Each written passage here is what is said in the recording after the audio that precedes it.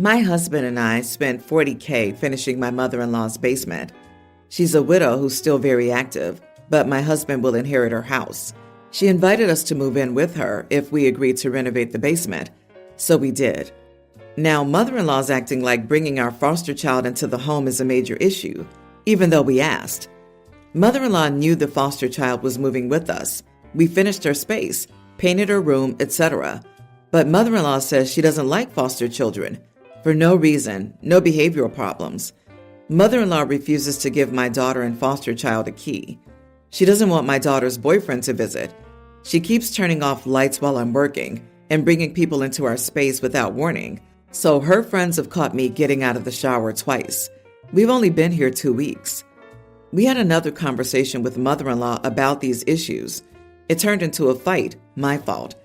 Mother-in-law said she doesn't want us here. She said her name's on the title and it wouldn't be too expensive for us to move out. I tried to leave and get a hotel, but my husband took away my phone and keys and repeatedly blocked my exit. But I managed to get away. I went to a neighbor's house and called the police so I could get my phone and key back. Well, apparently he obstructed justice by taking away my phone and canceling my attempts to call 911 through my Google Home device. So, yeah. Hubby was arrested tonight and I don't know what to do. I'm going to bail him out first thing in the morning. He is completely nonviolent, with no criminal history or prior arrest, but I'm worried he might divorce me or something. This is entirely non-typical for us. We hardly ever fight, and we've never called the police for help. I just got mad that mother-in-law doesn't want our foster child here, and I feel like the basement should be our space since we're paying half the mortgage and paid to renovate it. I didn't want my husband to go to jail. He doesn't deserve it, but I accidentally got him arrested anyway. Am I the idiot because I accidentally sent my husband to jail? Paperwork, like yesterday. You need something in hand that you pay mortgage to live there. Otherwise, don't pay any further. And your husband must have hit his head. Don't bail him out. It's well deserved. You're not the idiot. Your mother-in-law is being unreasonable, and you were right to call the police for your safety. This living situation is toxic. Consider finding a new place to live. Also, I'm fairly sure in most places, you're considered a legal tenant, and an attorney sounds good to talk to. She can't kick you out if you've been there long enough and directly contributed money. Why is your husband so comfortable taking away your ability to leave? Were you so emotionally upset in this moment that the police did that for your safety? They've done that for me before, and they were right. Wouldn't you have been better served using that $40K to get your own place? Why would you move in with someone who clearly doesn't want you there? Was this your husband's idea?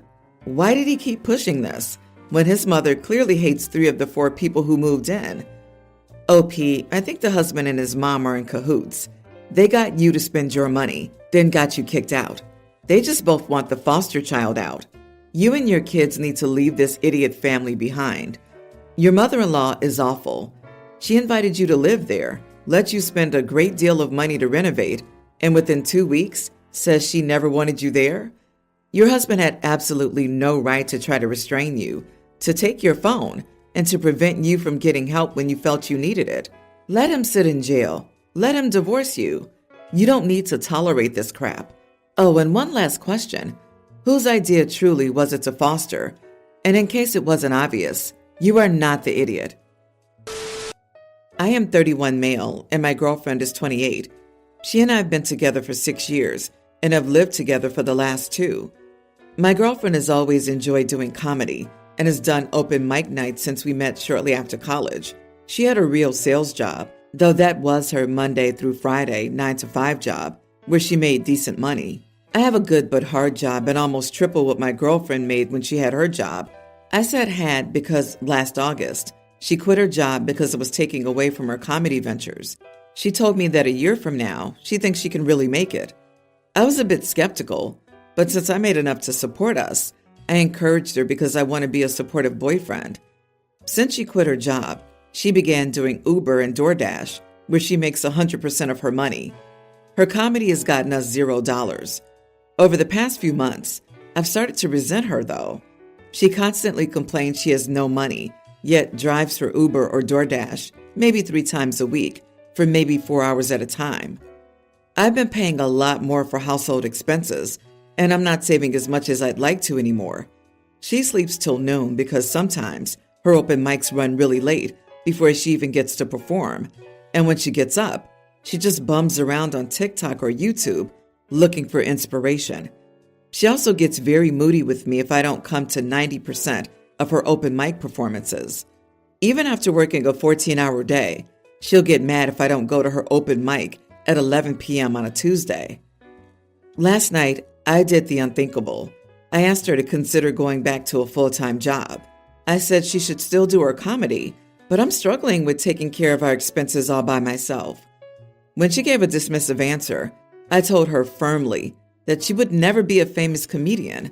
I said she's 28, and it's time to grow the heck up and join the real world, because this is totally unfair to me that I bust my butt while she lives in La La Land, and that she can't be this naive at this age by thinking she's going to support herself with this. She stared at me in silence for a few moments, started crying, and I went to stay with a friend. She called me a darn idiot, and I'm the worst friend ever. She has not answered her phone today yet. So, am I a darn idiot? Not the idiot. The reality is people are flawed. You're frustrated taking care of a grown darn adult who is content freeloading off of you while she sleeps until noon and barely works part-time. So your anger boiled over, and you said some harsh things. If she wants to be a comedian, she can work a full-time job and make her dream a side gig, just like she'd have to do if she was to pay her own big girl bills. It's been almost a year. Time to grow up and pay the bills. For me, it's not even an ultimatum. My partner would have to get a job that pays bills and half the rent, or we would be done. Boy, oh boy, is she going to turn that argument into some serious comedic gold. You, my friend, are going to be skewered. I think you are the idiot, just because you don't crush someone's dreams. Comedy is hard, and most people suck at the very beginning and only get better the more they do it. You should have walked away instead of attacking her choice of career. You are the idiot, and I hope she keeps at it. Would you mind supporting me too? I want to be a comedian, and you can send me money. Thanks a lot, my guy. Stick it to the man. I'm shocked. She does need to grow the heck up. It's not fair to expect you to carry her. She's not a child. Grown women carry families on their backs all the time. Her feelings, time, and dreams aren't more important than yours. The cynical part of me wonders why the responses are so different from the occasional, I finally snapped and told my boyfriend he'll never be a famous streamer and he needs to get a job threads we get. If she doesn't want another job, she needs to work out how to get paid for this. If she currently makes $0 doing it, that doesn't sound like she'll make a career out of it. I asked my ex-wife for a divorce 6 years ago. We just didn't feel comfortable with each other anymore, and the divorce was better. We have 2 children in common.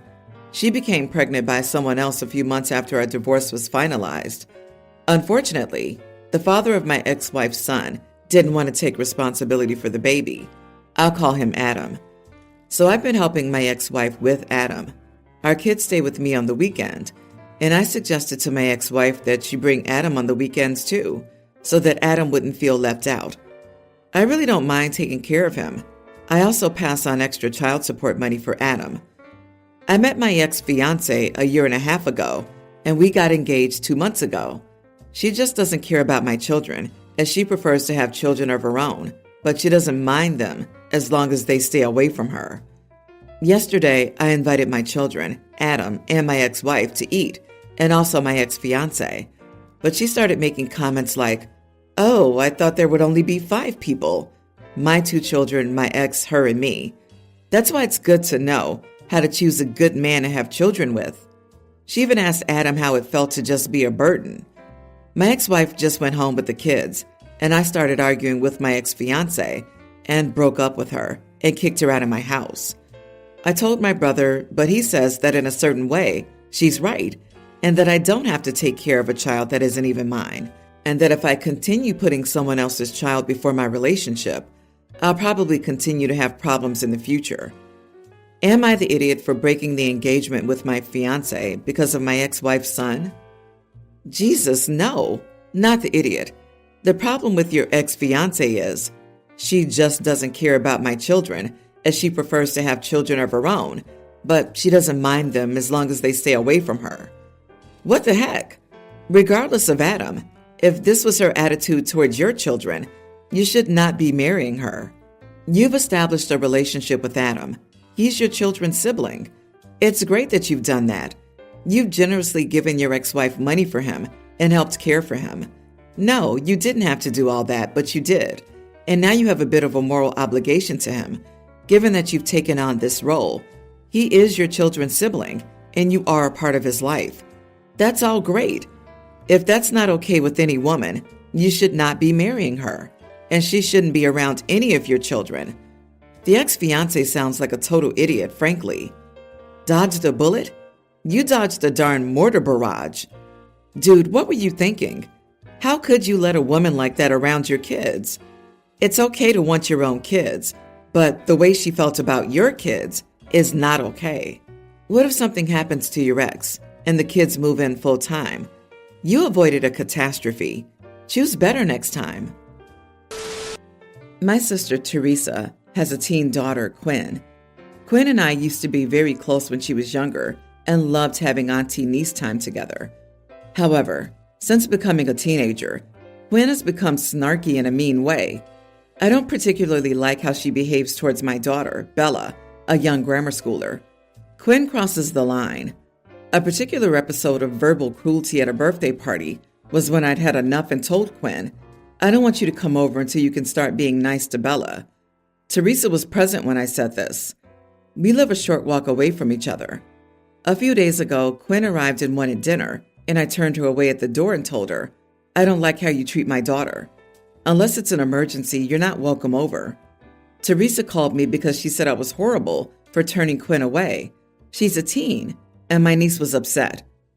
Teresa stopped trying to do anything serious about Quinn's verbal attitude and has justified it in the past with statements along the lines of, that's just how some teenagers are. It's a teen thing. Teenagers shouldn't be treated like young children. Or, Quinn's almost an adult. It's not your place to parent her like some child.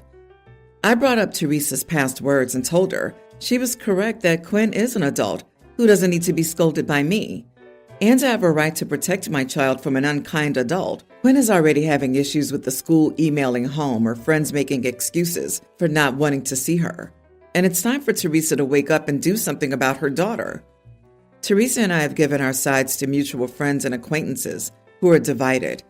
Some say Quinn's attitude is not okay, but I was wrong to turn her away at the door because she's still a teen and my niece. They said being a teenager and rapidly going from childhood to adulthood is already a tough transition. According to Teresa, Quinn appears to be having issues at school, and I should try to have more patience with her and see what may be happening outside of home. Regardless of the reason, I feel I had to set a hard boundary with Quinn's behavior. It isn't an easy time, but at 16, you still know right from wrong, and Bella doesn't deserve to be subjected to that kind of treatment. But are my friends or acquaintances correct that I was too hard on my niece and sister and should apologize for how I responded to them? Not the idiot. Your responsibility is to protect your daughter. I'm rolling my eyes at your friend group being divided and saying it's so hard to be a teenager. Basic manners should still be expected. You clearly warned her the last time. Surprise! Actions have consequences. Your sister's taking the lazy way out by letting Quinn get away with their treatment of your daughter. You are the idiot.